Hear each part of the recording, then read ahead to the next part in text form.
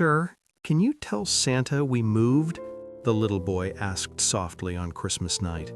The man smiled until he realized why the child didn't want Santa to go to their old home. Like and subscribe to Inspiration Stories Box for stories that touch the soul. Christmas lights decorated the city streets, but inside the small grocery store at the corner, the glow felt colder. Emma wiped the counter for the third time, even though it was already clean. She just wanted her shift to end.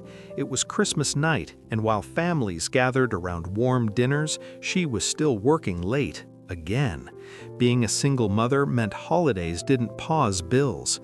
Her son Noah sat on a stool near the counter, swinging his legs, drawing Santa on scrap paper with a broken red crayon. He didn't complain. He never did. That was what hurt Emma the most. The bell over the door rang, and in walked Mr. Daniel Cross, the store owner. To everyone else, he was just the boss, a quiet man in his early 40s, always dressed neatly, always distant. He rarely smiled, rarely spoke more than necessary. Emma stiffened. Daniel usually didn't visit at night, especially on Christmas. He nodded briefly, checking inventory on his tablet. "Busy night?" he asked.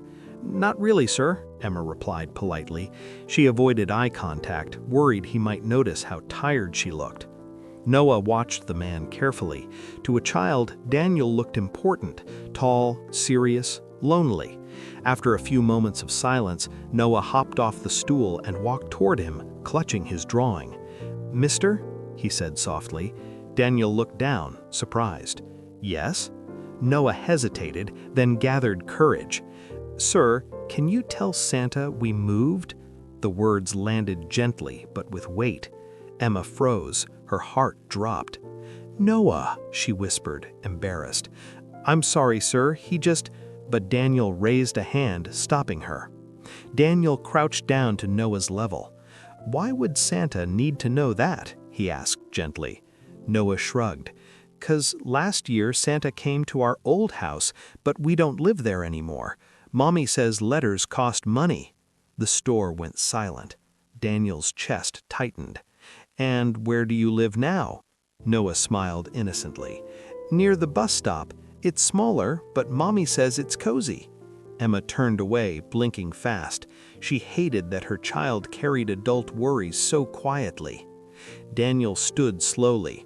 He remembered that bus stop. He owned the building nearby, the one with the cheapest rent. He had never thought twice about who lived there. "What would you like Santa to bring you?" Daniel asked. Noah looked at his shoes. "I don't need toys. I just want Mommy to be happy, and maybe a heater that works." That was it. That was the moment something cracked inside Daniel Cross. Daniel had money, success, control, but no one waiting for him at home. No laughter, no warmth. He cleared his throat. "Noah, I'll make sure Santa knows exactly where you live." Noah's face lit up like Christmas morning. "Promise?" "Promise," Daniel said. Emma finally looked up, tears streaming from her face. "Thank you," she whispered. Daniel nodded, unable to speak. He left soon after, but his heart stayed behind. That night, Daniel sat alone in his penthouse, staring at the city lights.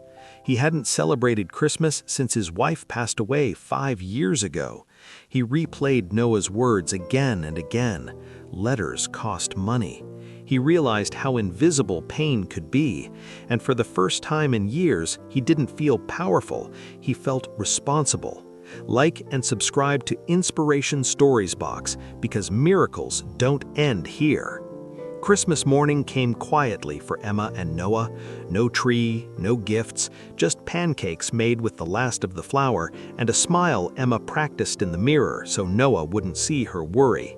A loud knock interrupted them. Emma frowned. No one ever visited. She opened the door slowly and gasped. Standing outside was Mr. Daniel Cross, along with 2 delivery men carrying boxes. A small Christmas tree followed behind them, glowing with warm lights. "Merry Christmas," Daniel said softly. Emma was speechless. "Sir, I don't understand." Daniel smiled for the first time she had ever seen. "Santa asked me to help," he said, glancing at Noah. Noah's eyes widened.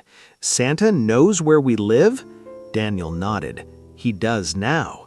The boxes were set down: groceries, a space heater, warm blankets, toys, and an envelope. Daniel handed it to Emma. Inside was a note and keys. "It's a better apartment, closer to school, no rent for a year. Don't argue." Emma collapsed into tears, covering her mouth. "Why?" she asked through sobs. Daniel looked at Noah. "Because sometimes Santa needs help from people who finally learn to listen." He turned to leave, but Noah ran forward and hugged him tightly.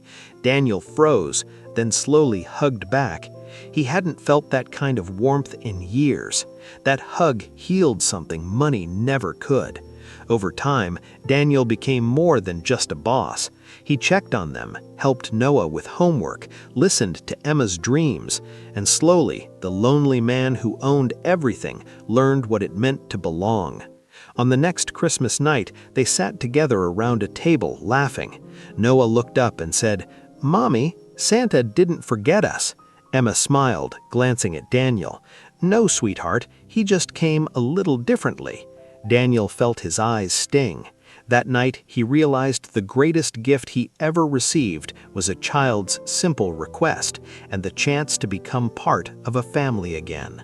If this story touched your heart, like, share, and subscribe to Inspiration Stories Box.